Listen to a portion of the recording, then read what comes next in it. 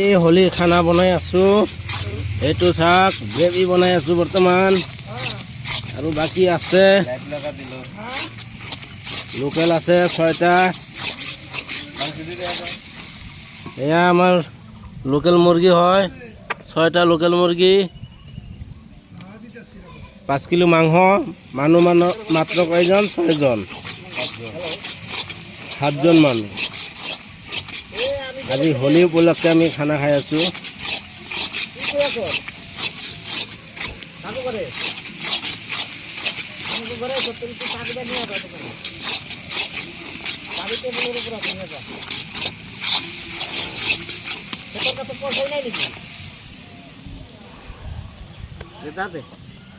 এইটো আমাৰ চোলাটো চাক, কি ধুনীয়া চোলা বনাইছে আমাৰ ৰাকেশে।